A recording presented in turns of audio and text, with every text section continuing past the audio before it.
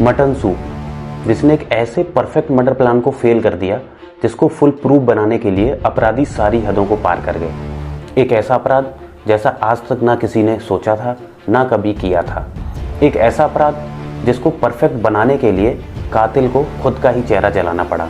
सुनने में आपको थोड़ा फिल्मी कहानी के जैसा लगेगा, क्योंकि ये सच में एक साउथ की फिल्म जिसका नाम व्यवादू है उससे इंस्पायर होकर किया गया था।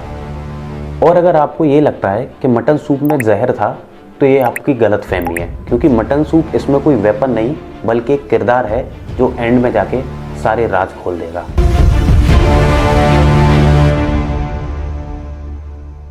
सो हेलो फ्रेंड्स, मेरा नाम है हर्षित और स्वागत है आप सबका मेरी एक और नई केस स्टडी वीडियो में। 27 नवंबर 2017 तेलंगाना के एक हॉस्पिटल में स्वाति एक शख्स के साथ भागती हुई आती है। उस शख्स का चेहरा काफी जला हुआ था और वो दर्द की वजह से चीख रहा था। यह मंजर देखकर हॉस्पिटल में सारे लोग डर जाते हैं। डरी हुई स्वाति डॉक्टर को बताती है ये कोई और इंसान नहीं बल्कि उसका हस्बैंड सुधाकर रेड्डी है, जिस पर कुछ लोगों ने अटैक कर पेट्रोल डाल उसमें आग लगा दी थी। हॉस्पिटल स्टाफ फौरन ये बात सुनकर सुधाकर को इमरजेंसी रूम में ले जाता है और उसका ट्रीटमेंट स्टार्ट कर देता है।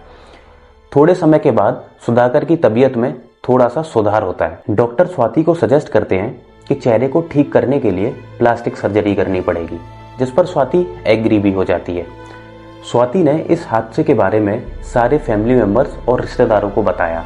ये सुनकर सुधाकर का छोटा भाई सुरेंद्र और उसके सारे फैमिली मेंबर्स भागते हुए हॉस्पिटल पहुंच जाते हैं। उन्होंने देखा सुधाकर का चेहरा पूरी तरीके से पट्टियों से ढका हुआ है।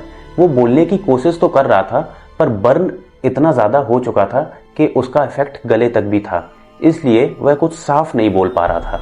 जैसे जैसे दिन बीतते हैं सुधाकर की हेल्थ में काफी सुधार हुआ। इस वजह से डॉक्टर उसको लिक्विड डाइट के लिए सजेस्ट करते हैं और कहानी में यहीं से ट्विस्ट आना शुरू होता है। सुधाकर को मटन सूप काफी पसंद था, इसलिए उसकी माँ एक दिन मटन सूप बनाकर हॉस्पिटल लेके आती है, लेकिन सुधाकर ने वो सूप पीने से मना कर दिया।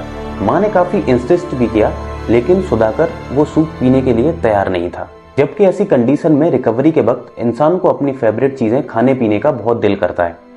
सुधाकर मटन सूप का कितना बड़ा शौकीन था ये बात सबको पता थी, लेकिन इस बार सूप पीने से मना कर देना सुधाकर के भाई सुरेंद्र के मन में एक शक डाल देता है। बट उसने ये बात किसी से नहीं कही। सुधाकर का चेहरा 30% से ज्यादा जल चुका था, पर उसकी हेल्थ में अब काफी सुधार हो चुका था। उसके भाई ने नोटिस किया कि उसके बैठने, उठने और बोलने का तरीका काफी बदला बदला सा लग रहा है, मानो चेहरे के साथ जैसे उसकी पूरी पर्सनैलिटी ही चेंज हो गई हो। इन सारी बातों को गौर करने पर उसका शक अब इतना बड़ा हो गया कि उसने बिना किसी को बताए सीधा पुलिस स्टेशन पहुंच गया और वो पुलिस को जाके बताता है कि कैसे उसके भाई पर इतना बड़ा हमला हुआ और उसकी वाइफ स्वाति ने किसी भी तरीके की FIR नहीं करवाई। और उसने पुलिस को यह भी बताया कि उसके भाई ने मटन सूप पीने से मना कर दिया, जो कि किसी टाइम पे उसका सबसे फेवरेट चीज हुआ करती थी। पुलिस के लिए ये बातें सुनने और समझने के लिए काफी अजीब थी। वो समझ नहीं पा रही थी कि आखिर सुधाकर कहना क्या चाहता है, क्योंकि किसी चीज को खाने और पीने से मना कर देना किसी भी प्रकार का कोई क्राइम नहीं होता है। तभी सुधाकर ने अपने दिल में बैठे उस शक को जाहिर किया, जिसको सुनकर पुलिस भी पूरी तरीके से हैरान रह गई।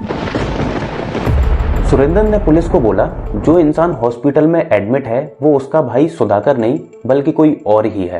पुलिस के पास आया आज तक का ये सबसे अजीब केस था।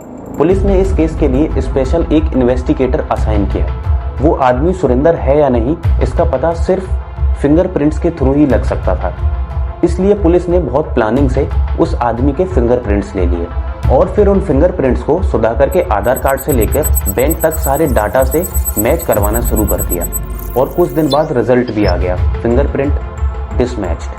हॉस्पिटल में एडमिट वो आदमी जिसको अभी तक वो लोग सुधाकर समझ रहे थे और उसका ख्याल रख रहे थे, एक्चुअली में वो आदमी सुधाकर था ही नहीं।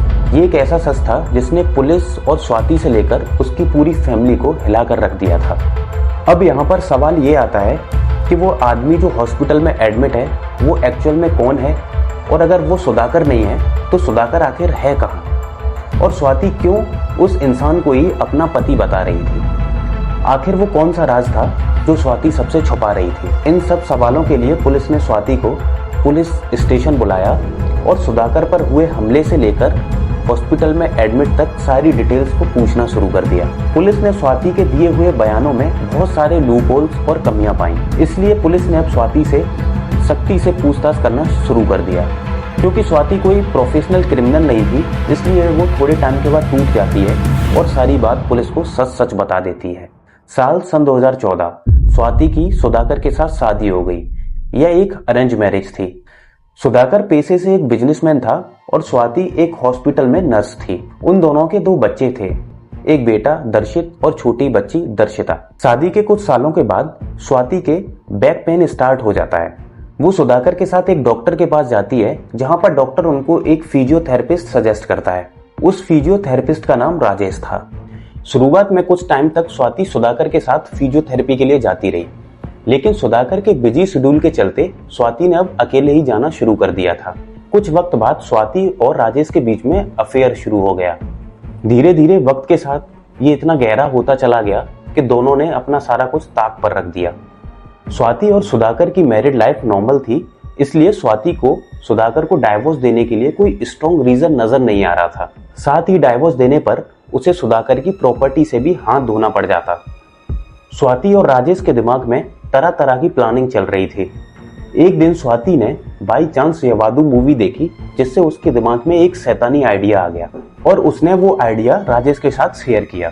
एक्चुअली में उस मूवी के एक पार्ट में दिखाया गया है कि कैसे प्लास्टिक सर्जरी के जरिए एक इंसान को दूसरे इंसान में बदला जा सकता है। दोनों लोगों ने उस मूवी को तकरीबन 20 से ज्यादा बार देखा और फिर स्वाति ने एक ऐसा प्लान बनाया जिस पर कोई भी भरोसा नहीं कर पाएगा। प्लान के अकॉर्डिंग स्वाति ने अब राजेश को सुधाकर के जैसा बनाने की ट्रेनिंग देना स्टार्ट कर दिया।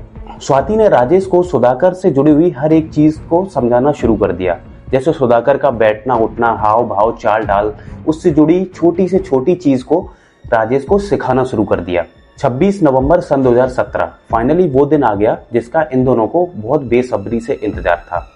और ये दिन संडे का दिन था, क्योंकि आज के दिन सुधाकर की छुट्टी थी और सुधाकर आज के दिन अपने घर में ही था। स्वाति पेशे से नर्स थी, इसलिए उसको एनेस्थीसिया के बारे में सारी नॉलेज थी। प्लान के अकॉर्डिंग स्वाति ने सुधाकर को एनेस्थीसिया देकर सबसे पहले बेहोश कर दिया और धीरे से फिर उसने राजेश को भी घर के अंदर बुला लिया। दोनों ने मिलकर आयरन रॉड से सुधाकर के सर पर हमला करके उसको मार डाला और फिर उसका चेहरा जला डाला, क्योंकि इन केस अगर किसी को उसकी बॉडी मिलती है तो उसकी कोई पहचान न कर पाए कि आखिर वो डेड बॉडी है किसकी। और अब बारी थी प्लान के दूसरे सबसे भयानक पार्ट को अंजाम देने की, जिसके अकॉर्डिंग स्वाति की लाइफ में अब सुधाकर की जगह राजेश को देनी थी।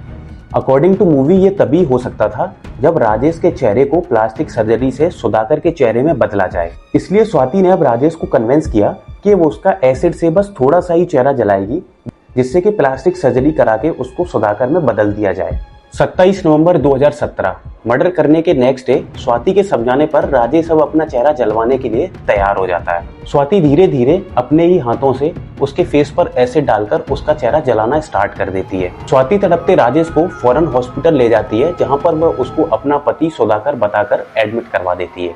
अब रही बात जिस बेवकूफी से ये दोनों लोग पकड़े गए, वो रीजन भी काफी अलग था। जैसे कि आपको पता है कि राजेश के मटन सूप ना पीने की वजह से कैसे सुधाकर के भाई को उस पर शक हुआ और उस वजह से ये दोनों लोग पकड़े गए। अब यहाँ पर बात ये आती है कि राजेश ने वो सूप पीने से मना क्यों कर दिया था। एक्चुअल में बात ये थी कि राजेश एक वेजिटेरियन था, इस वजह से उसने वो मटन सूप पीने से मना कर दिया था। यहाँ पर सोचने की बात ये है कि राजेश प्यार में अपने मुंह तक को जलाने के लिए रेडी हो गया, लेकिन उससे एक मटन सूप नहीं पिया गया। मूवी को देखकर बनाए गए इस प्लान में उन दोनों लोगों ने ये नहीं सोचा कि एक इंसान से सिर्फ उसकी शक्ल ही नहीं जुड़ी होती है, बल्कि बहुत सारी चीजें उससे जुड़ी हुई होती हैं, जैसे कि उसका बिहेवियर, उसके फ्रेंड सर्कल, उसके ऑफिस के कलीग। बहुत सारी चीजें ऐसी होती हैं जो हम कितनी भी कोशिश कर लें पर हम सेम टू सेम वो चीजें नहीं कर सकते। सो यही थी आज की ये वीडियो। सो मिलते हैं आप सब लोगों से नेक्स्ट वीडियो में एक और नई केस स्टडी वीडियो के साथ।